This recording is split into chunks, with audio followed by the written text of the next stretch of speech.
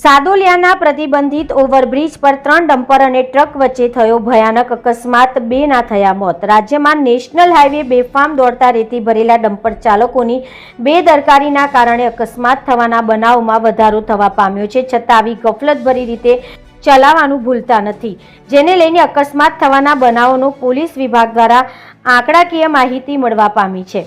પ્રાપ્ત માહિતી મુજબ સાબરકાંઠા જિલ્લાના પ્રાંતિજ તાલુકામાં આવેલા સાદોલિયામાં પ્રતિબંધિત ઓવરબ્રિજ પર ગત તારીખ 14 માર્ચને શનિવારના રાત્રિના સમયે ગંભીર અકસ્માત થવાનો બનાવ બનવા પામ્યો હતો।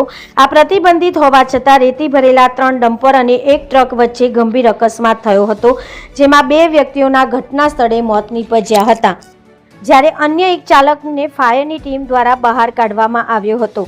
સાદોલિયા ઓવરબ્રિજ પર ભારે વાહનોની અવરજવર રોકવા માટે તંત્ર દ્વારા લોખંડના બેરિયર લગાવવામાં આવ્યા છે, છતાં રેતી ભરેલા ડમ્પર ચાલકે બેફામ રીતે ચલાવતા લોખંડના ગટર સાથે અથડાતું હતું। અકસ્માત એટલો જોરદાર હતો કે પાછળ આવી રહેલા 2 ડમ્પર અને 1 ટ્રક એકબીજા પાછળ ધડાકાભેર અથડાયા। અકસ્માતમાં ડમ્પરના કેબિનનો કૂર્ચો ભૂલી ગયો હતો, જેમાં ફસાયેલા ચાલક અને ક્લીનરનું ગંભીર ઇજાઓ થવાના કારણે સ્થળ પર જ મોત થયું, જેમાં મરણ પામનાર અજીત સના ઠાકોર ઉંમર વર્ષ 25, પિંડાપુરા તાલુકો ચાણસ્મા જિલ્લો પાટણ, બીજો વિશાલ લક્ષ્મણ ઠાકોર ઉંમર વર્ષ 24, રહેઠાણ પિંડાપુરા તાલુકો ચાણસ્મા જિલ્લો પાટણના હોવાનું જાણવા મળ્યું હતું, જ્યારે ફાયર વિભાગની ટીમ દ્વારા ઘટનાની જાણકારી થતાની સાથે તાત્કાલિક ઘટના સ્થળે આવી પહોંચ્યા હતા અને અંદાજિત 45 મિનિટની ભારે જહેમત બાદ ડમ્પરની કેબિનને કાપીને બંને મૃતદેહોને બહાર કાઢવામાં આવ્યા હતા।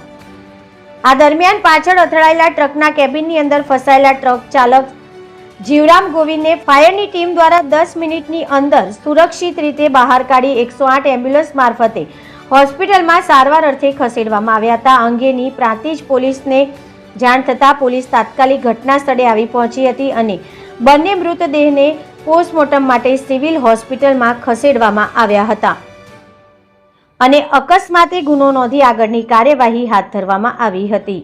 રિપોર્ટર જનક જાદવ, સાબરકાંઠા।